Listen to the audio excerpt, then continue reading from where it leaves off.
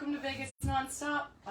Hi everybody, welcome to Vegas Nonstop. My name's Taylor Thomason, and this is your host, Jonathan Scott. Hey everybody, it's great to be here, and I love being here at the Peppermint Hippo at the corner of Oakey and Las Vegas Boulevard, where you can drop in and visit with us every Friday, 5 p.m. We're live at 5. This is Vegas Nonstop, and we've got a lot. We've got Sam Novak here, we've got Al Mancini here, we've got Big Bob in the room. We're going to talk about Neon Feast, we're going to talk about shows, we're going to talk about restaurants, but first off, we're going to talk about tequila. And we're going to talk about these two guys that are behind us, Guy Fieri, and of course, the Red Rocker. I should have been wearing red. You should be wearing red too. Sammy Hagar. So let's talk about the tequila. Or let's start with a toast. Let's start with a toast. Absolutely. This is a drinking show. So, Tom, do we have signal? Is it going? We're going. Okay, so we're good on Facebook. If you've got questions, put them up there and we'll make sure not to answer. So let's talk about the tequila a little bit and how this came to be. There's a lot of celebrity brands that are out there. What makes this good? Absolutely. So Sammy Hagar, our fearless leader, obviously had his start in the tequila business with Cabo Wabo way back in the day. So if there's really a pioneer of the celebrity tequila category, it's our boy Sammy right here. So he sold that to Campari Group back in 2009. This was his little love child after that with Guy Fieri, and about 2017 is when the Blanco launched, which is what's in your glass right here. We all should have a love child, shouldn't we? At least one. All right, let's start with a toast. Taylor, let's see if you got a toast for us to get the show started. So Guy and Sammy are always in the pursuit of high quality products and just overall goodness. So with a brand new year right around the corner, let's just raise our glasses to seeking out goodness in 2023. Whether it's good tequila, good food, good friends, good vibes, we want all of it. So yeah, good times. Here's to you and here's to me, and if by chance we disagree, then F you. Oh, that's smooth. Borrowing from the great one, Jackie Gleason. Okay, so talk about Tequila 101. Educate our viewers, if you will. Tequila comes from blue agave. yes, so good tequila comes from 100% Blue Weber agave, which is what all of our tequila products are made with. And for our kind of tequila newbies here, a Blanco is not aged at all, so it's not rested in any sort of barrel.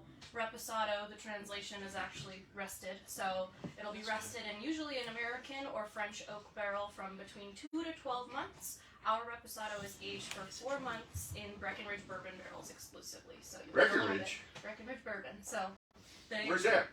Colorado, of course. So they use the barrels from that. They use the barrels for about a year to make their whiskey, and then we buy the barrels off of them and age our tequila in them for 4 months. So real bourbon should come from Bourbon Kentucky County, right? Yeah. So one of the stupidest things I ever did or said, I was at a port wine tasting one time, and I said to the guy, "Where is this port from?" And he said, "Portugal, stupid." But of course now there's California port and there's California champagne and everything else. Right. Okay, so the Blanco would be the baby of Yep. of the trio. So move us down the line here and let's talk about. I don't want to hold the bottles up because they're really Sure. pretty. Yeah, absolutely. This is a great color. I like this color. Teal Try blue. to match as well as Oh, is that what you were doing? So the white bottle is our Blanco, obviously. The blue bottle is our Reposado, again, aged for 4 months.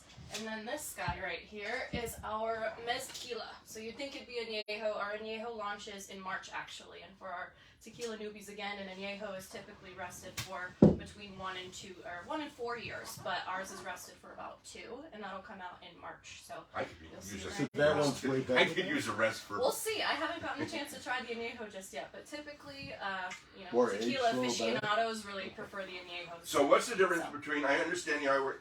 I met Brian Cranston and Aaron Paul a couple of months ago, and they've got a mezcal out, and they were trying to explain to Dummy here the difference between a mezcal and a tequila. Right. So it's completely different types of agave. So tequila is made with 100% Blue Weber agave. The agave used in mezcal is called espadín. So it's a completely different type, so you get an entirely different flavor profile. This right here is called mezquila. So it's a mix between mezcal and our Blanco tequila. So it's 2 different types of agave kind of playing together. So what are we drinking next? Which one? Let's go Reposado first. Okay, we're gonna go to the Repo next. All right. And it's available at Lee's Liquors. Where else can we get it? Total Lee's Wine. Liquor, Total Wine.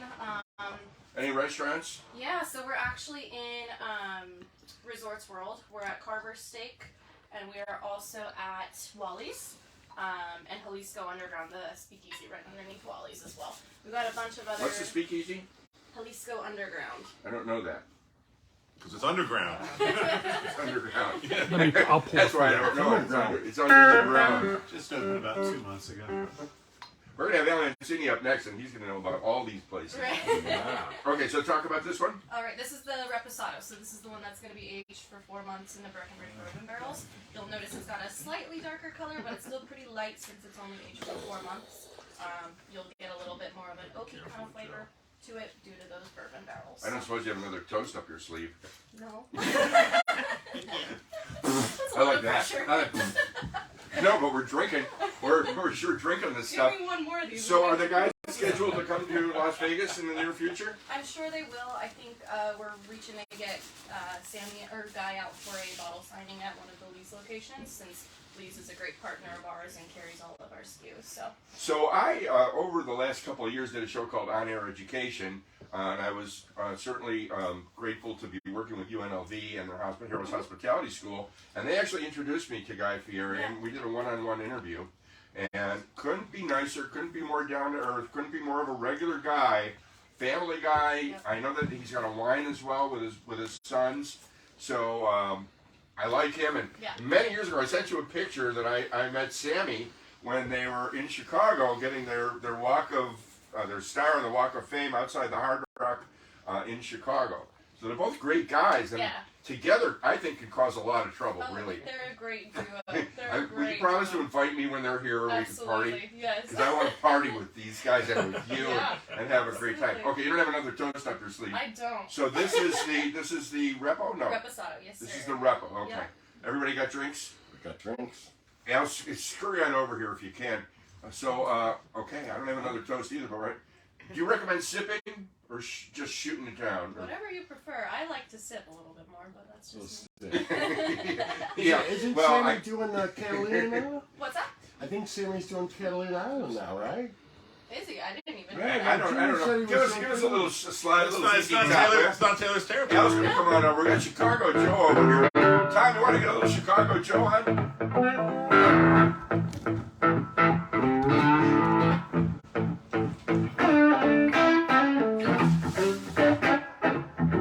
All right, that's enough Chicago Joe. That was just until a time while we're going to be drinking.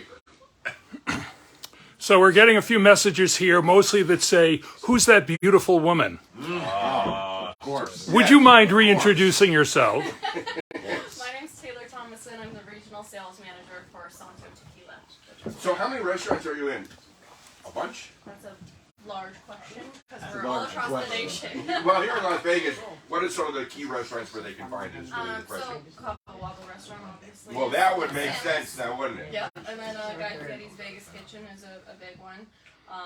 Say Carver steak. Carver Steak, we are in Resorts World, we're at Wally's. In terms of, just for the locals, there's a lot of different Mexican restaurants we're in. La Puerta Negra is a really great partner of ours. Lido Michoacan as well, Casa Don Juan. We're kind of all over the place. I'm already sweating like a whore in church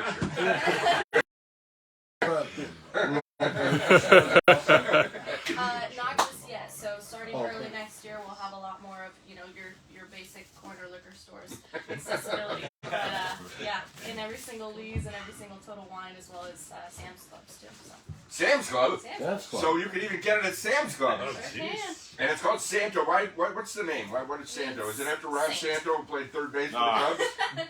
No, it means saint, and our slogan is a higher spirit. So I kind of like to call an intro to mezcal. Mezcal is super, super smoke forward. So some people. I'm pretty smoke forward myself. It took 50 years to be able to, here in Las Vegas, to order a pizza and get a half ounce delivered to your house. But for people that aren't, super familiar with mezcal, it might kind of catch them off guard because of. So I was starting to ask you before, what's the difference between a mezcal and a tequila? So mezcal is a completely different type of agave than tequila. So tequila is Blue Weber agave, and mezcal is made with Espadín agave. So this is a mixture of both. So the two kind of play together nicely, and you'll notice as we taste, it's almost tequila on the front, mezcal on the back. So it's a really I don't know. You're going to pour. I'm going to tell everybody about our podcast. You can find us on iHeart. You can find us on Apple Podcasts, Buzzsprout, all the various different podcasts, and of course on the social medias. So sharing is caring. We hope you like what we do here. We're here every Friday. We're at Peppermint Hippo at the corner of Oakey and Las Vegas Boulevard. And Taylor Thompson is the brand ambassador or state representative, or what was your title again? sales leader. I keep drinking. This is going to be a very fun show. The more you drink, the more titles you The get. funnier I get. I'm going to be like the president of the company by the end of this. By the end of the night, she's the president. I got a She's promotion. married to both of them. Just firing Sammy. And okay, so this one is the Mez The Tequila. Mezquila is what it's Mezquila. Yep. Mesquila. I don't suppose you've come up with another toast by now. called. I have not. No, I haven't had enough to drink to do that just yet. But All right, so let's hold the bottle up. And which one? This is the Mez Tequila. Mezquila. So what were they thinking there when they would combine mezcal and tequila? Well, so the story goes, Sammy was on his yacht in Mexico. There's money in rock and roll, kids, for you kids at home. and was basically getting served up a bunch of mezcal, but he is not the biggest mezcal fan. It has a very distinct, like I said, smoke flavor, and Sammy wasn't the biggest fan of it. So he kind of just started throwing it into his tequila, watering it down. So I understand, like, and it's one way or the other, that a tequila can be a mezcal, but a mezcal can't be a tequila. One way or the other, or one way. Bob's shaking his head no. I One or the got other. So they Well, refined that one a little better is what they So did they with the mezcal. literally took two entirely different products and just And mixed that- them up. All right, let's drink. Yeah. Taylor Thompson, Santo, which means the saint. I like this. A little more ZZ Top. Yeah. Whoa. Wow, that's so different. So different. This Yeah. is definitely smoky. Yeah, This is definitely smoky. It's almost peaty tasting. that's the thing. So mezcal is, a category in itself that kind of appeals to Scotch drinkers because of the smokiness of it. So that's kind of where Sammy birthed this idea of mezquila, because even though this might taste super smoky to you, if you put a real mezcal next to it, it's completely different. So let's give the website out. It's santospirit.com, so just SANTO spirit.com. And for you Cub fans at home, it has nothing to do with Ron Santo, who No. played third base for the Chicago Cubs. But- But that's a good way to remember it. Right. And Chicago Joe's going to back me up on that. Yeah. Taylor, thanks for joining us. Thanks for bringing all the Taylor. liquor in here. Thank you for We're having going me. to take a short break. You're watching Vegas nonstop, and maybe you're watching it on Hey Vegas. I don't know where you're watching it. Again, we're coming to you from Peppermint Hippo. This is the Hippo Happy Hour. I'm Jonathan Scott. This is Taylor Thompson. Stay tuned for more of Vegas now. Keep running. Stopped it? That's all right. I kept running. Good. That was for Richard. Richard stopped it, but we're going to start again. So you're welcome to stay right where you are, but Yeah. we're going to move over. We're just gonna. Otherwise, I know I'm the sweating like an booster- Italian in front of the grand jury. We haven't even gotten on a lap dance yet. And I'm going to get in trouble for that. Well, no, that is the funny thing. So Sam does not like aged tequila at all. He doesn't like reposado. He doesn't Yeah. like anejo. Right. And Sammy doesn't? No, Sam does not. That's why. We're still running live here, Bob. Well, no, look. So the thing is, a lot of real tequila aficionados are like, well, Cabo Wabo, it's mild. It's like that's what Sam likes, and he likes to mix it. He Tom, likes when to somebody's talking Yeah. and we're on the Facebook Yeah. part, we gotta you show could, you you could, I'm sorry, how does this work again? Wow. Anyway, According to my union, I am on a break. no, so I've known Sam. I've known Sam for 25 years. Hi, hey, We ah, need a Thank red you. light. Hi, so that hey, the ah. live feed goes.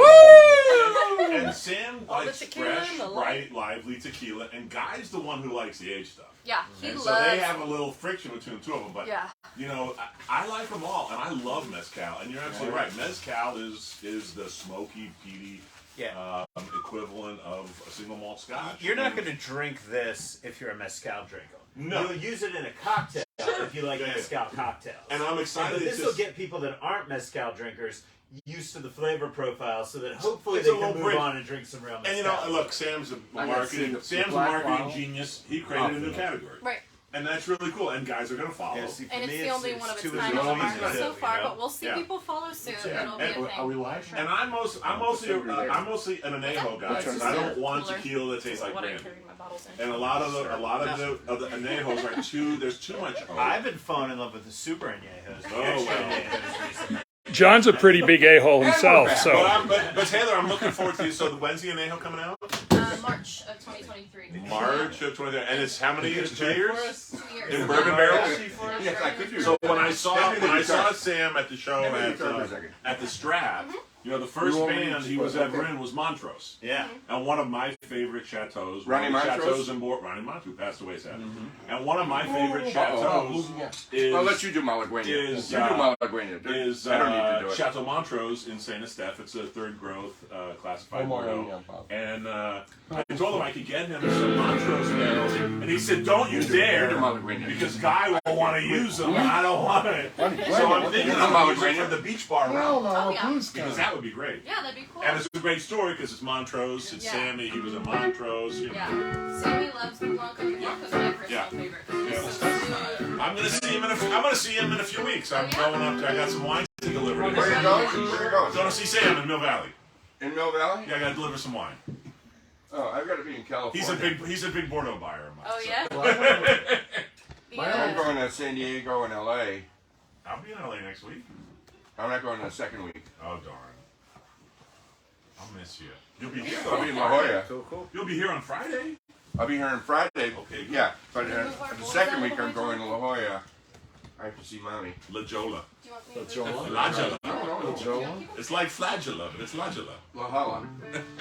Jonathan, you okay? I'm sweating like a Yeah. orange. Get some, raise some napkins. Was that? Oh, yeah. Always strong, yeah. I'm not I sure. sweat when I talk. drink. 3 shots in 10 minutes, I don't know. Okay, we're still running live, Tom. You did great. Thank For you. your first time, you did great. Thank you, thank you. Yeah, yeah. What was that, about 7 minutes, 8 minutes, 10 minutes? I don't know, 12. Time flies, man. When you're shooting tequila. It was 3 shots. It was a Quiet, 3-shot long segment. We always say please, time's quiet, fun when please. you're having flies. Quiet, please. John Scott back with Vegas Nonstop, coming to you from Peppermint Hippo at the corner of Oakey and Las Vegas Boulevard, where we do that Hippo Happy Hour every Friday at 5. If I have a few more tequila shots, Hippo Happy Hour is not going to be sounding the same. But we were here with my friend Al Mancini from Neon Feast. How are you, man? Oh, good. It's great to see you. It's been a couple of weeks, but you're kind of a semi-regular with us, and I appreciate you coming back. And Sue, thanks for hanging out with us. So, You brought tequila. I mean, why would you not come? You know? I know. This is becoming a party, and we're glad that everybody's making it and coming up with us. And Chicago Joe, thanks for joining us.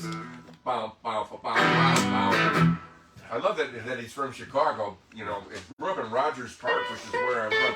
So, Al, you sent me some cheater notes, which I love. I love cheater notes. It's funny because you asked me, what are the best restaurants to open this year? What are your top 10 off-strip restaurants? Those lists change like from minute to minute in my head. So I had to put them down, get them to you, put them down in print. These were my favorites as of an hour and a half ago. So I'm going to run through them a little bit with you. I don't know where to start. I probably should start with the most exciting openings of the year. Now, I haven't been to any of these, so I really can't comment on them. But let's talk about Vetri Cucina. Yeah, these are the places I'm most psyched about opening. You know, Vetri Cucina is Mark Vetri's restaurant at the top of the Palms. So I know Mark. He's great. People know him from Osteria Fiorella over at Red Rock. He used to just kick ass in Philadelphia. He was Philly's #1 Italian chef for a decade or more. And it still runs one of the best restaurants in Philadelphia. But he originally came to Vegas to open this spot at the top of the Palms, back when the Fertitas still owned the Palms. And it was going to be super Fertitas high-end. or the Maloofs? No, the Fertitas, the station on the Palms, right? Remember that? I think it was the Maloofs, wasn't it? No, the Maloofs, and then a whole bunch of banks, and then the Fertitas station bought it, and then they had it, and then COVID Shout out happened, to and George. they sold it. So, hey George, hey Fertitas. Anyway, George for on that, Christmas. for that brief little period, they brought in Vetri to run this super high-end, super elevated place at the top of the Palms. Very rustic cuisine, but very elevated. One of the best views in the city. Then COVID happened. Nobody knew if it was coming back.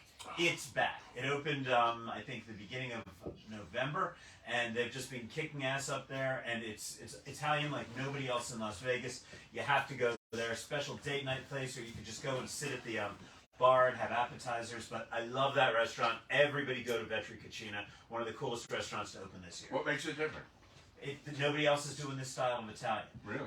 Mark Vetri studied in northern Italy, so he takes a lot of northern Italian influences. He really embraces the idea of the kitchen of poverty, very rustic dishes that were, for families, that were not the wealthy families. But then he elevates it with a level of sophisticated preparation and really just a respect for the ingredients, right? So it's just nobody does this style, and nobody in Vegas is really doing this high end of Italian either. So it's really one of a kind in Vegas. Okay, next up you've got Anima by Ito. I never heard of that. Anima by Anima. EDO. Anima. Anima. Not an enema, no, and not Anima, album, but Anima, okay, it means, I think, life. Who would or name a something. restaurant that?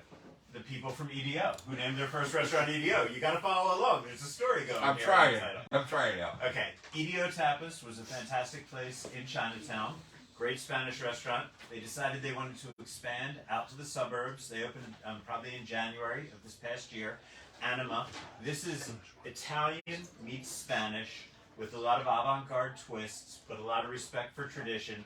It's in the Gramercy, in there with DW Bistro. So this is definitely a suburbs kind of joint. And it's fantastic. It won all kinds of awards. Won an Eater Award this year for one of the best restaurants of the year. It won Desert Companions Restaurant of the Year award. It is Al Mancini, one of my 3 or 4 That's favorite you. restaurants to open this year. Yes, it's on my. You're I wrote talking out in a little third award person? myself. Yes, yes, I do that now. I speak in the third person. So yeah, it's in the Gramercy. Check it out. Okay. And I'll tell you, order the eggplant parm. It's nothing like anything you've ever had before in your life. It's like a deconstructed, avant-garde eggplant parm. It doesn't look anything like what you've ever imagined, but you taste it, and you taste every fucking ingredient of a good eggplant parm right there in these foams and all kinds of crazy shit that they're doing. Do you know the term caguzza? I do not. What's an Italian word for eggplant? Okay. That and Moulanjan, but we try not to say that. That's Okay. I'm gonna Wakuda. stay away from that. Wakuda. We're gonna move on. Wakuda Moulanjan. Wakuda in the Palazzo. Chef Wakuda has a Michelin 2-star chef in, I think, New Zealand or Australia somewhere. I apologize that I singed on that, but he's a great high-end chef. He's doing Japanese food elevated to a crazy degree in a really fun space inside the Palazzo. And they got a great patio out front, great view of the strip. It's just a really, really cool spot. And very elevated Japanese, one of the cool new openings of this year. Now, Half-Bird Chicken is owned by who? That's owned by, okay, I love Half-Bird Chicken and Beer. It's the most unassuming place that I'm in love with right now. It is rotisserie chicken, chicken sandwiches, chicken nuggets with caviar if you want to get fancy. Chicken nuggets with caviar. But this is seriously a chicken and a beer kind of joint. Nothing fancy about it other than that little caviar dish. But it comes from Chef Brian Howard, who runs Sparrow and Wolf, Right. one of the best restaurants in Las Vegas. And one of your favorites. One of my absolute favorites in Las Vegas. Brian decided, yeah, fast food is popular, chicken's popular. Let's do it with quality ingredients and take it seriously. So this is a place that you go late at night when you're shit-faced and you want to just sop up the beer at the end of the night in I think that's Chinatown. gonna be tonight. It's they do ramen late night, but there's nothing fancy at all about the place. But it's a chef's touch on really, really simple, basic food. Rotisserie chicken, chicken sandwiches, man, they rock. Now, I have to ask, we found a place called Peruvian Chicken on East Tropicana between Eastern and Pecos. I've never been there. It's a Is it carry-out place. It's so good they run out of chicken every night. Well, that could just That's mean they how- don't buy a lot of chicken. I don't know. It's just called Peruvian Chicken. Okay. I shouldn't even be saying it because we can't. We go We'll there. never And be they're able like, to get another we chicken. went there last night. And they only had half a chicken. I was like, okay, we'll take the Take the last half a chicken. Okay, Yukon pizza. Yeah, Yukon Now I'm from pizza. Chicago, so I love Yeah. pizza. But you've got okay, that's good. Yukon Pizza, I did my last podcast a week ago, the Food and Living podcast, did a half hour of the backstory on this place. I love this joint. This guy was in the movie business. His family has a sourdough starter that's been passed down through generation after generation, 125-year-old sourdough starter. His great-great-great-grandfather used to sell to prospectors who were prospecting for gold, right? So up in the Yukon, they came down to California, San Francisco. This has been in the family. You know, if you want to keep a starter alive, you have to feed it and, you know, all this. So this is a crazy old starter. This guy, Alex, went away to college, used to make pizza with it for his friends, used to make pizza in his backyard while he was still working as a movie guy. And he always wanted this dream of doing his own pizza place. Well, basically, he the pandemic hit. He got asked to go into Vegas Test Kitchen. He's been in there for 2 years, kicking ass on East Fremont Street.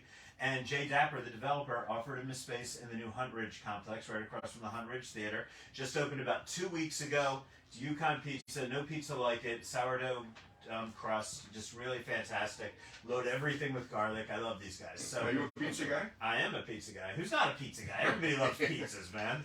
Pizza's like a lap dance. Even when it's not good, it's still good that you're getting a lap dance. I still like a More Taste of Chicago. Thank you. It's okay. I like their cracker crust more than their deep dish. But they've got the deep dish and they've got the stuffed pizza, which I'm only good for like one slice of the stuffed pizza. Yeah, I've got no use for stuffed pizza personally. It's just me, man.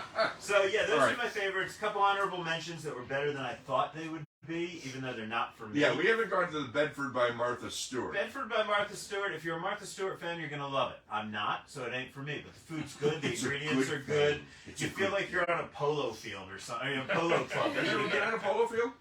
Only for Coachella when a lot of rock bands are playing. Coachella is a polo. Was that on a yeah, it's on a polo Yeah. field. It's where they have I used to go concert. every Sunday to polo in Chicago at Oak Brook Polo. Okay, well then you could go to Martha Stewart's and you would dig it. Me, I'm not a polo kind of guy, but it's cool. Have you been there? Yeah, I've eaten What did there. you have there? I had pierogies. Really good Pierogies! Yeah. Oh my God! Jak się masz? Jak się Dziękuję masz? pani. Bardzo dobrze. Jak się masz? So they were good. So the place is pricey. It's snooty. It's everything you expect from Martha Stewart, but it's Have you ever actually met Martha good. Stewart? I've met her once or twice. Yeah, she's Lovely a nice woman. lady. Yeah. Nice lady. Also, the Vanderpump of Paris, which is right next to it, is Yes. way better than I thought it would be. I'm Really? not a Miss Vanderpump fan. I don't watch that TV show. Have you ever seen the show? No. Why? Why would I do that? Because it's Why? a fun show. Where is that? Actually, I like the Paris. show. Paris. Paris, Okay, yeah. Paris. But you know what? The food in this place is actually a lot better than I thought it would be. Oh, so yeah? good for her. And also, Good for you, Lisa Vanderpump. And- Nellie's by the Jonas Brothers' father, right? I'm like, who the hell needs a Jonas Brothers restaurant and all this shit? It's in the MGM Grand. It does Southern cooking, and it's actually much more of a tribute to their hometown. There's very little memorabilia from the band there. It's actually just a cool kind of tribute to, I think, North Carolina, whichever town his father was raised in, and these kind of cotton milling towns, and a lot of old family recipes. So, again, I don't go there that often myself, but it's a lot better than I thought it was going to be. So, What's the props. best fried chicken you ever had? Best fried chicken I ever had? Yeah. Oh, jeez, I I know don't mine. know. I mean, I've had some down in Nashville that was pretty damn good. I had Laura Dean's in South Carolina, Okay. and it must have been like a pound of butter. It was just, it was Yeah. incredible. Laura Dean, before she got into all the trouble. Mm-hmm. Yeah. Quality. Paula Dean, I'm Paula sorry. Dean. Laura Okay. Dean, Paula Okay, Dean. okay. I Yeah, guess yeah, I've love been child that we drinking didn't know about tequila with mezcal. Shit. Yeah. Okay, so Okay. So then you asked me what? For my 10 favorite top off-strip 10 restaurants? off-strip restaurants. Because whenever we have friends come to Las Vegas, our goal is to get them off the strip a little bit and show them where the locals go. Where do we go? Where do we go? Okay, so I'm probably going to miss some great ones. My apologies to everybody, but this, when I was thinking of it, Sparrow and Wolf, one of the best restaurants in Las Vegas. It's in Chinatown. Chef Brian Howard just crushes it. It's new American cuisine with a lot of Asian and other world influences. He's a fine dining chef from the Strip. I mean, he elevates this shit to a level that is unreal, but yet at the same time, you know, comfort foods like oxtail and things like that. A lot of lesser cuts of beef, and yet he still has a neighborhood vibe that you walk in and everybody knows your name. And they will get to know your name. If you eat there the second or third time, they're already going to think of you as a regular. So Sparrow and Wolf, love it. You know, when you mentioned that, I have to think of the original Arnie from Arnie Morton's in Chicago. Where and the best thing about Arnie's was he made you feel like, oh, we've got your regular table. Like Nikki Blair was the same kind of way, talking old school Big Bob, Nikki Blair's. Where, you know, you'd go in either in L.A. or here in Las Don't Vegas. you feel like Arnie's son, Michael Morton, who's here in Las Vegas? I know he Michael does the for same 40 thing with years. his restaurants. Same kind of thing. Yeah. Shout out to J.O.D. You know. Yeah, man. So, okay. So I got 9 more. I'm going to try to be Yeah, fast. let's go through them. Ada's Wine Bar is I on just this list. talk about stories. No, man. Ada's Wine Bar is on this list. Everybody needs a James Trees restaurant on their list. Most people will name Esther's Kitchen. It's a fantastic restaurant in the Arts District, but if you want to see James and his crew getting a little more creative, a little more off the wall, this is where I'm going for dinner tonight when I leave here. Ada's Wine Bar in Tivoli Village. It crushes it. It's inexpensive wines, Spanish cuisine mostly, but they also have a killer smash burger on the menu, and just really great smash burger, just a greasy hamburger. Smash burger. Yeah, so they're great. Main Street Provisions in the Arts District. No. Oh man, it's a great restaurant in the Arts District, right on Main Street. It's Justin Kingsley Hall was the chef for the first year. He basically just left, and they got Patrick Munster, who used to work for Michael Morton, at One Steakhouse in Virgin. Yeah. So he just went over, just took the reins of the kitchen at Main Street Provisions. So he's taking this kind of rustic campfire vibe that Justin Kingsley Hall developed it, and then he is adding to it much more of that elevated steakhouse that he used to do at SW Steakhouse and at One Steakhouse, making it a little more mainstream. The two ideas go hand in hand. They work really well. It's the transition's finally made it over the hump. They're crushing it, firing on all cylinders right now. Go to Main Street Provisions. Okay. Tell them I said hi. Partage. Partage is a French restaurant in the same place where Golden Tiki is on Spring Mountain Road. That's a busy mall, man. Yeah, everything's in there. Hepburn's in there as well. But Partage is fine French dining that really deserves to be mentioned in the exact same sentence as Guy Savoy or Robuchon. May not be quite as good as those places, but it's in that ballpark, and it's at about 40% of the price, right? Now, you mentioned Robuchon, and there's a great place in Henderson called Boom Bang. Boom Bang, yes, with Ilya from Robuchon. From Robuchon. Yes. And also from that season of Top Chef where they shaved everybody's heads and everybody got drunk. But I don't remember she doesn't like to talk about that as much as she does about Robuchon. Great pork. Sorry. But yeah, no, that's a cool restaurant, Boom Bang. I think it's going to be added to Neon Feast pretty quickly. We just got the new survey back. And by the way, the Neon Feast app, if you want to find restaurants, download the app. Download the app. Yes. I just referred somebody to it. They said they're coming in from Louisville. We have the chef Dave from Churchill Downs. He wanted some places. Go to Neon Feast. Well, the thing about Neon Feast is, we call it Yelp without the assholes. And basically, instead of loud, obnoxious people who are either trying to shake somebody down for a free meal, recommending restaurants, fuck that. What we did is I called up about 40, 50 people I know who are foodies, who either run restaurants, own restaurants, chefs, journalists, professional journalists, and I said to them, where do you send your friends and family in these 100 different categories? So where do you go for date night? Where do you send your friends and family for ramen? Where do you send your friends and family for a special occasion? Where do you send them when they want to spend less than $20?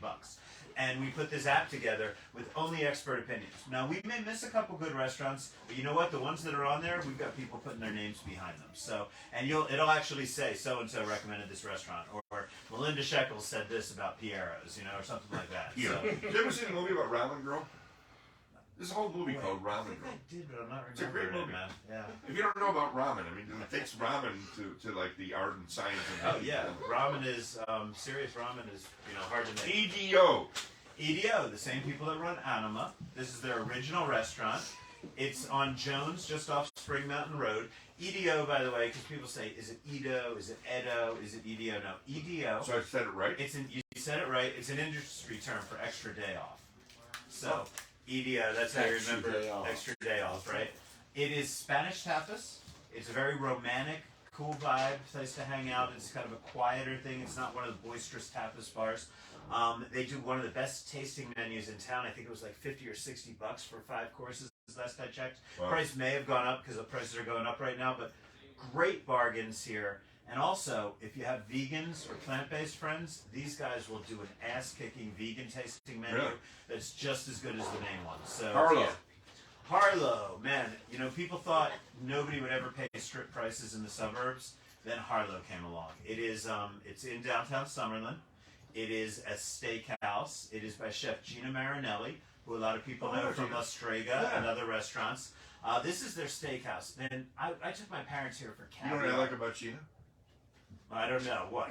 Her dad is like the defensive coach for the Raiders. And yeah, I would expect to see Raiders in this place. I see a lot of fine dining chefs in Harlow. Man, first of all, they've got caviar service that is unfucking grill with the scales and they weigh it out for you and all this stuff. They bring the cart to your table. I brought my parents there. We did a $600 caviar tasting there. See, the that's other day. another thing. Like unreal. we did with the. I would need like someone to do like caviar 101 with me. Yeah, and I've gone to caviar tastings, but I still don't. Well, Harlow's a great place to do it. They also do tiny little cool caviar bites for people that just want to do caviar in a fun way and have it in like a cream puff or some weird shit. They do great things like that. But this is really a high-end steakhouse that deserves to be mentioned in the same conversations as the best steakhouses on the Strip. It is out in downtown Summerlin. It is pricey as hell, and the fact that it's packed every night is testament to the fact that it's worth it. It's really for the people that go to the best restaurants on the Strip but just don't feel like going to the Strip. No, we were going to go to E by Jose Andres, I know you called me. Man. I did. I called you, and like they couldn't get us into like March or April. It's like $350 a person, plus tax and tip, and I'm like, really? It's well worth it. You said it wasn't. I did not say it wasn't. I never said that wasn't worth it. You're out of your fucking mind if you think I said that. It's one of my favorite restaurants. Because I used to go to Charlie Trotters in Chicago, which was that same kind of, I don't know what I'm getting. I mean, I'm a steak and potatoes guy, really. So, they keep bringing stuff out. I get it. It's experiential. If you want to go with friends, spend 4 hours. All right, Vegas Test Kitchen. Vegas Test Kitchen is one of the best restaurants in Las Vegas because you never know what you're going to get there. Where is it? It's down on East Fremont Street, right next to Ferguson's downtown, the old refurbished Ferguson's Motel. And this is really a test kitchen where either unknown chefs, like the guy from Yukon Pizza who spent 2 years there, right, or super well-known chefs that want to work out a new concept. They can go in there from anywhere from a year to just a month to sometimes 2 weeks, and they just try out new shit. And you go in, there's 5 or 6 different chefs working every day that you go in. You order off the app, one thing from one chef, one thing from another chef, bring it to your table. Really inexpensive. Just, you never know what you're going to get, but it's always by a great chef. I can't even say this next one. Yui Edamai Sushi. This is really, people think the Strip has great sushi, and you talk about the Nobus and the Muramotos.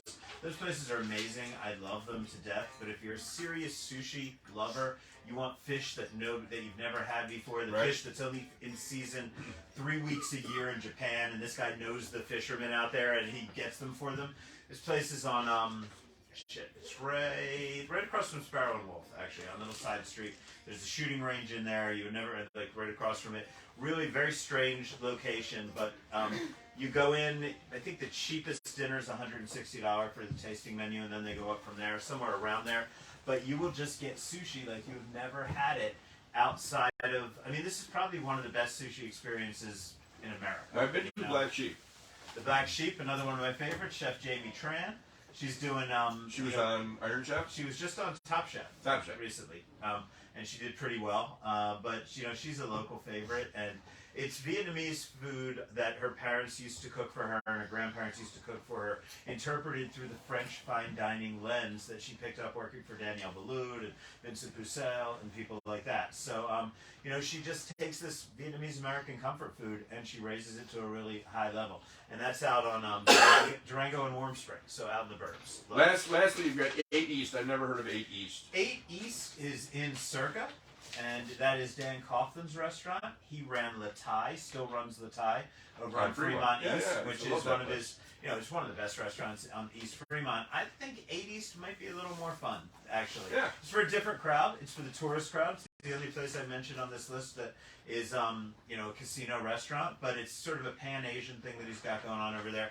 Plus, it's Scott Robin from Vital Vegas' favorite restaurant on earth, I think. And they even I only care about Neon Feast, man. It's on Neon Feast. Neon Feast is the one that I care about. Scott's one of the experts on Neon Feast. If he recommends a place in downtown Las Vegas, it goes on Neon Feast. Alvan City, if you want to check out more of what he said, Neon Feast, you're watching VegasNonStop. We're coming to you from Peppermint Hippo at the corner of Oak and Las Vegas Boulevard. My name's Jonathan Scott. You fall party hard, my friends. We're going to be back with our friend Sam Novak to talk about entertainment news. Stay right where you is. Chicago Joe, take us out.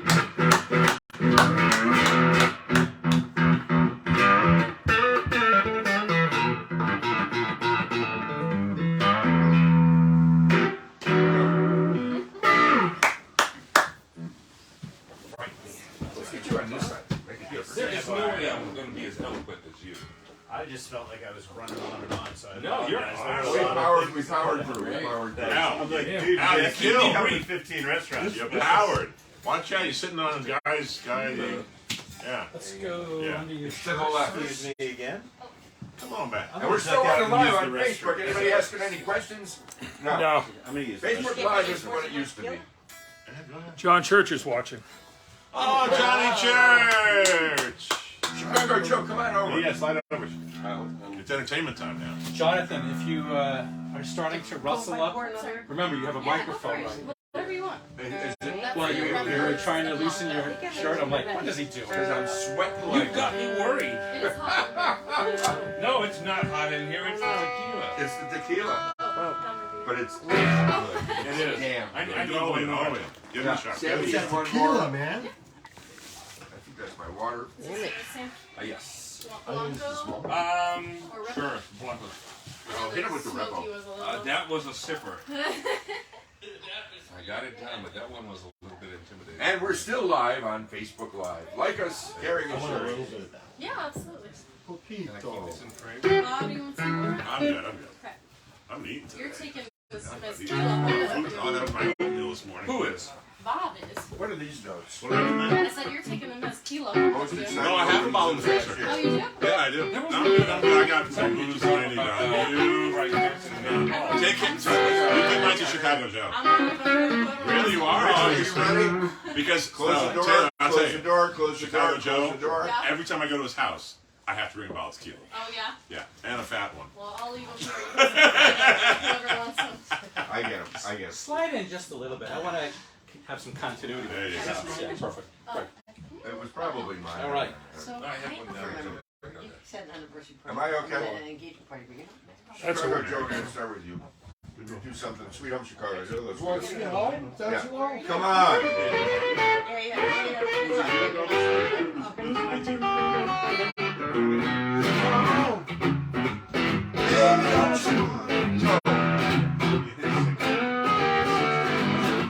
Baby, don't you wanna go back to that same old place? Sweet home.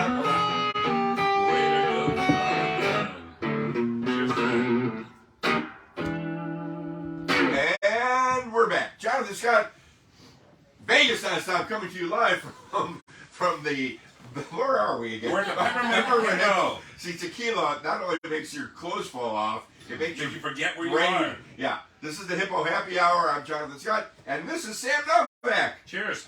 from Vegas 411 and other places. Yep.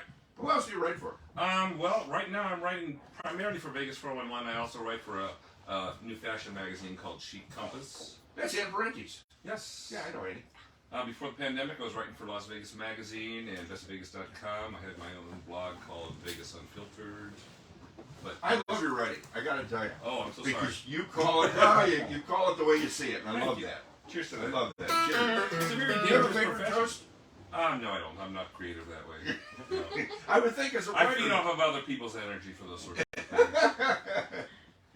Well, Taylor certainly, she's Awesome. good vibes. Very good. Good vibes. Yeah.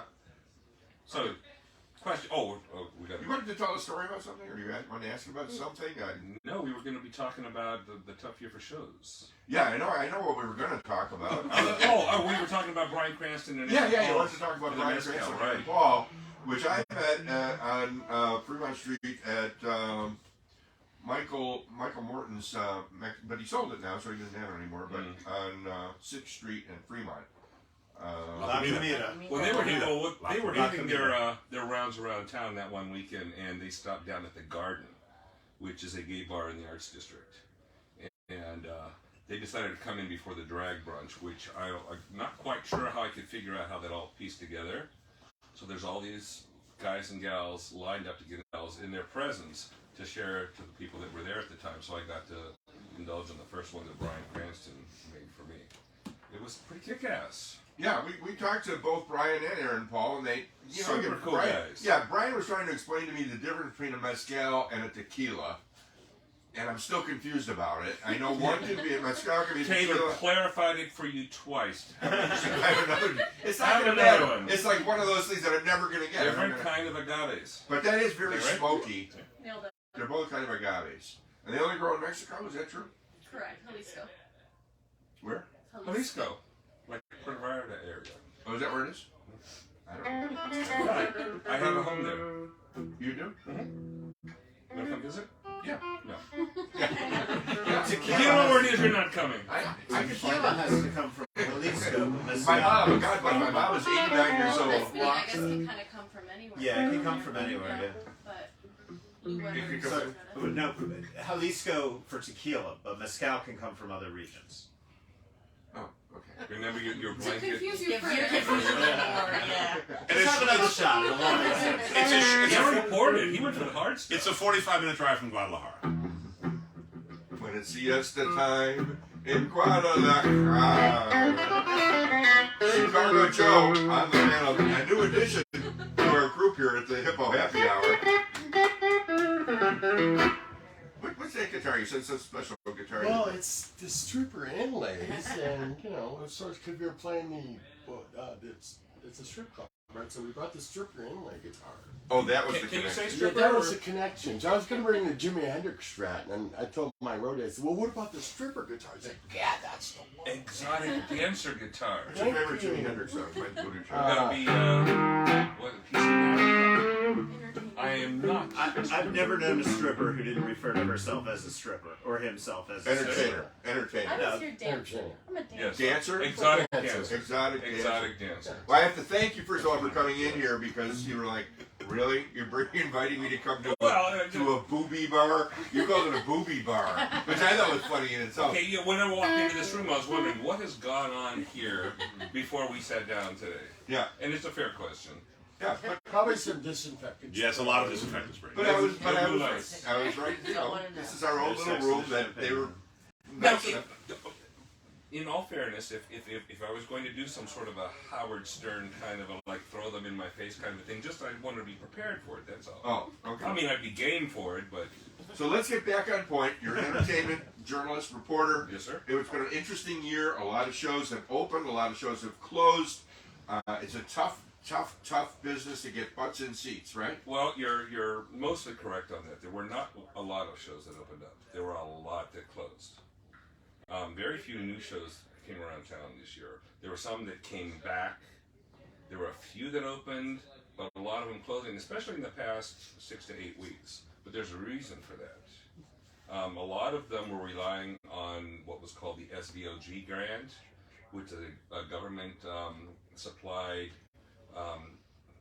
It was basically a handout from the government by taxpayers to allow certain individuals and their venues to continue operating after they were impacted by the pandemic. It stood for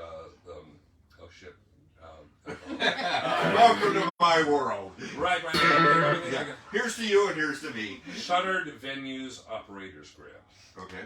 So people that had a staff or a theater or a production could sit down and apply for a grant to allow them to be ready to reopen when the COVID was. And it's outdated. It's not really appealing, either stage-wise, sound-wise, the lights, the aesthetics. They're all pretty tough to get something successful in there. The last big thing that ran there for a while was Jersey Boys. And from that point on, it's been a lot Mamma of things. Mia,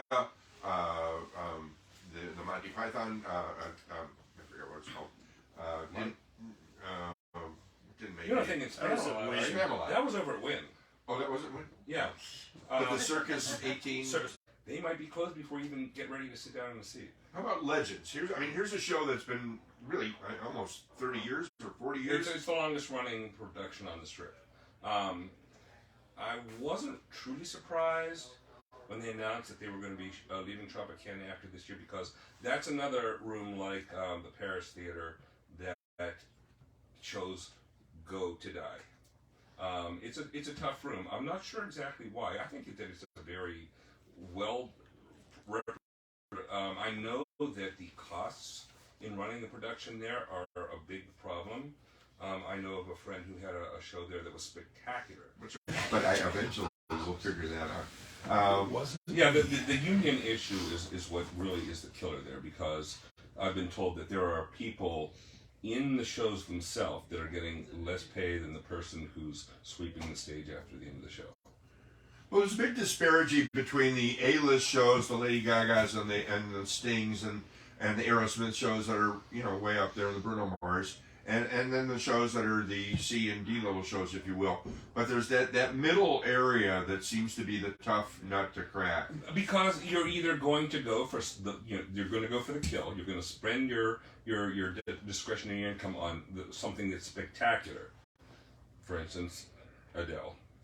Or you're going to go for something budget in the middle of the afternoon, a $20, $30, $40 show, just to pass some time and say, hey, I went to a Vegas show.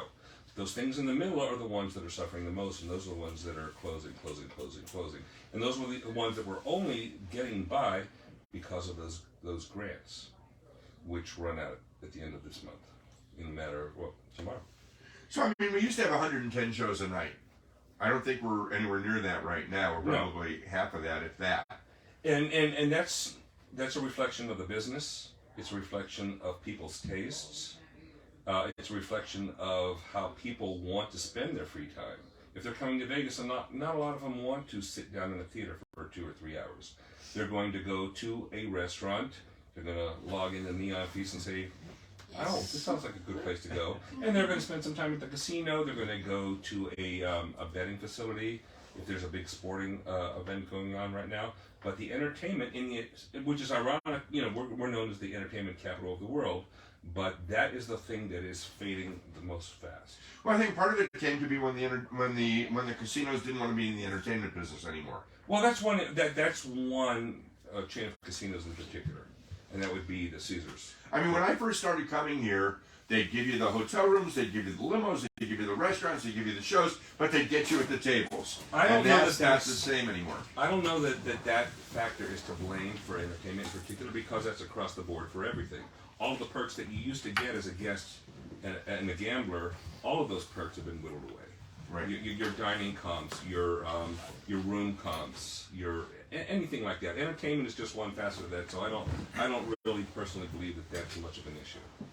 It's a changing game here, and public tastes are shifting, and where the money is going is where people are going to be focused on, and entertainment, sadly enough, is not one of those things. Well, where do you see it going in the entertainment? I think that it's going to go. It's pretty clear, I think, at this point, that all of those middle-of-the-road shows, those budget price, but moderate in scale kinds of things are going to disappear. You're going to see a resurgence of lounge entertainment, and the huge headliners. The things in between are going to go away. We sure missed that. I mean, the lounge acts used to be huge here. And there are a lot of them right now that are going strong. Like what? Take, for instance, Sky D. Miles. She can. Sky was on with us. Yeah. Love her. And she can fill the Ghost Bar at Palms. She can go over to S Bar at Mandalay Bay, pack 'em in. Before that, she was over at the Shag Room at Virgin Hotel. And even though Virgin isn't really one of those places that you think, oh, I need to go there tonight, when she would be on, people would follow her. Right. So she's not a headliner. She is a lounge act. But she can also throw a production that makes the people lounge act something beyond the normal. Absolutely. Tom White's got a question. I got a question. Our friend Tom White, who also, by the way, he's got a new book out. Where's the book? It's over here. It's called The Siren Scream. But Tom also has a background in theater and has worked with our friend Alan and Kathy on Menopause the Musical, which is probably the longest running. It is the longest running, and this is my question. You know, as you were talking about those middle B minus C shows, you've got the stuff coming out of Spiegelworld, the Atomic Cafe, Atomic Saloon, and what's the other one? You've got Opium, Absinthe, and Opium. and they got a new one coming out. And they've been running quite a while, and they survived COVID. Why do you think that is? Because they are appealing to a segment of the population that needs to have some sort of a brand name recognition. I think in a lot of ways, Spiegelworld has done what Cirque du Soleil used to do. When Cirque du Soleil probably changed the whole face of entertainment here in Vegas. Sure. And then they started replicating themselves to the point where we had 8 of their shows. Water Cirque, Sexy Cirque, Right, right. Where and Spiegelworld hopped on top of that point where okay, people are tired of this. They want what's next, and Spiegelworld was able to do the what's next thing with the outrageousness, the sauciness, the things that you can't get in other towns. Cirque has 30 touring shows at any given time. I'm estimating, but I'm guessing that to be right. You can see one of those in your own city. Cirque, they became bland because they were doing sameness. You've got to come to Vegas to see a Spiegelworld show. I mean, they do have the occasional out of the city kind of a thing, but it's bringing Vegas to your town versus the opposite. Now we still have the $59, $69 shows like our friend Pete Housley has. All Motown and those are great. You've got several examples of that. You've got the shows at Alexis Park. You've got the shows at the V Theater at Planet Hollywood, and you've got the ones down at Notoriety, which are a constant mix of different kinds of things. If you want to spend a whole night just doing a lot of entertainment, you can go to one spot and see a comedy. You can see a burlesque. You can see a mentalist show. You know, and those are really cool. You can see 2 or 3 for much less than the price of one headliner and have a freaking blast. And sure, Angela Manstabile shows, all the ex-burlesque and the ex-country, and Piff, and Tapeface, our friend Tapeface. Tapeface, I saw him tonight, or last night for the first time. Loved it. Again, don't you think he's going to be like the next Charlie Chaplin? I just love Tapeface. I don't think he's going to be the next anything. He's unique. Well, he's Tapeface. I mean, he is who he is. Sam Novak from Vegas 411. Somebody got a question? Yeah, Sam, I'm curious because one of the things I've seen in the food world that's been interesting is restaurants trying to provide entertainment right within the restaurant. Started with Mayfair Supper Club most recently, but then we got Delilah coming in, even Brian Newman doing his After Dark show at Nomad, which is in the restaurant. What are your and even like Todd English's Olives has great performances in the lounge while you're eating. What do you think? Have we peaked on that trend of trying to combine the dining and the entertainment experience? I hope not, personally, because I think it's a great idea. We all know that it's really tough to get around this town once you get situated. If you can do a multiple of things that cover a lot of bases in one night, fantastic. I'll point out Super Frico at Cosmopolitan as one of those things. You can get there early, go to the ski lodge. Isn't it the Venetian? No, it's Cosmopolitan. Oh, is it closed yet? I know they're selling like 50 tickets a night. To what?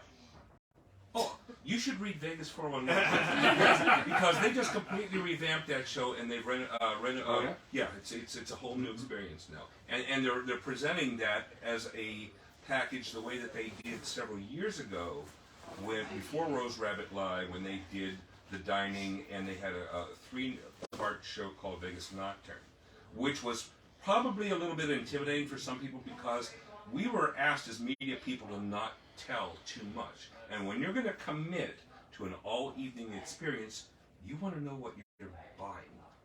So I think that they chopped themselves at the ankles for that one.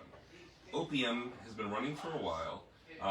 They've trimmed it down from being a production with a storyline to basically a variety show with a theme.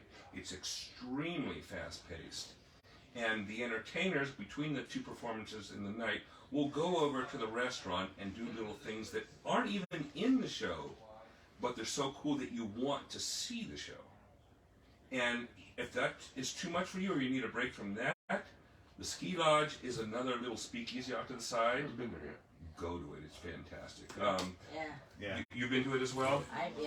Ross Molson, who is behind all of Spiegelworld, he has an affection for Jackson Hole's skiing. So he equipped this whole place to be a representation of his own personal fascination with that environment. You walk in, and it doesn't matter if it's 4th of July, you're going to feel a little bit chilly, even though it's a comfortable temperature, because there are fake windows that show snow coming down. The staff are, they have ski caps on and parkas, and all of the drinks in the fireplace make you feel like it's a cool, chilly place. It was my place, my choice for the best place to chill in Las Vegas for the year. It's awesome. So you can go there. You can go over to the restaurant, have a great meal. Check out the show, which is I think the best version of it that they've had in the past 5 years, and it's one of those things people were constantly changes their entertainment. They might swap out acts between the 3 different shows, but they're always fresh. And that's one of the things that was a problem with Cirque. You're going to 25 years maybe, same thing, right, every time. Right. People like familiarity, but they also want it to feel new. Right. And that's where Spielberg World. Well, when everybody comes to me and they say they want to open a new show, I always say, you're not going to be their first show, because people on the airplanes and tours, they get Cirque. You want to be their second show, because the first show they're going to want to go see a Cirque show, whether it's MJ Live or whether it's going to be the Beatles Love Show. Try and be their second show, and I try and talk them out of opening show all up together. I just recently found out that a vast majority of people now coming to Vegas don't even make reservations till they get here. Right. Because they don't know what they're going to see. They don't even know what's open. Yeah. So they'll get here and check it out, and then they'll make their decision. That's a given standard when it comes to shows. People will not buy their tickets until they've arrived. So when you get into the luggage claim area of the airport, you're bombarded. What an amazing marketing place that is. You could stay there all day and be entertained because there's so much going on around you that before you've gotten your suitcase, you know what's going on in town. Then you get back to your hotel, there's a magazine that I used to write for that will tell you everything else, and inform you on how to get those tickets. So you make an educated decision how much you want to spend, what kind of entertainment you're going to get, and you just do it. I'm just hoping as an aficionado of entertainment that people will continue to jump into that, not just go straight to the casino, not just go straight to the high-end restaurant. There's so much to do here. Don't limit yourself. Yeah. And the headliners, unless they've got a long-term residency here, we've got a lot of people like the Jonas Brothers that'll come in, they'll do 3 shows. I don't recommend for fans to come to Vegas to see a headliner that's also touring around the country. For one thing, you can see them, that's the same situation where you don't want to do here what you can do at home. If you do it here, you're going to pay 2 or 3 times the cost. For instance, Duran Duran just did a couple of shows over at the Wynn. Their ticket prices for the exact same show were $47 the weekend before they got here. Here they were going up on $600, $800 for the exact same show. We go out of town to see headliners. Right, and a lot of my friends we'll do go the to same. LA, we'll go to Phoenix, we'll Right. go someplace else to see them. If you love a touring act, don't see it in Las Vegas. There's too many other things that are better options here. Do here what you cannot do at home. Have a blast. Tip the people that are helping you out and having a good time, and make it something memorable. Make it Let's unique. wrap it up. Vegas 411, one show. Pick one show. What should they see? You'd have to lay that on me. But yeah, one show. Okay, this is probably going to come as a surprise, but I'm on the spot. If you want a sexy show, go to Rouge at the Stratosphere. They're doing gangbusters. Fun show. I've seen it. I've seen probably 12 I was times. going to talk about Tom's book, but Tom won't do it. The Siren Scream, available on Amazon. I'm Jonathan Scott. I want to thank our guest, Taylor Thomason from Santos Tequila. Thank you so much for being here. Sam Novak, Vegas411.com. 411.com. Any other stuff you want to plug?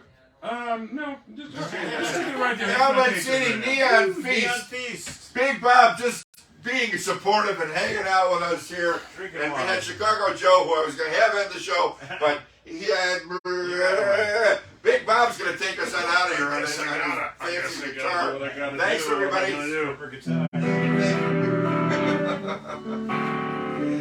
Yeah, give us a riff and get us out of here.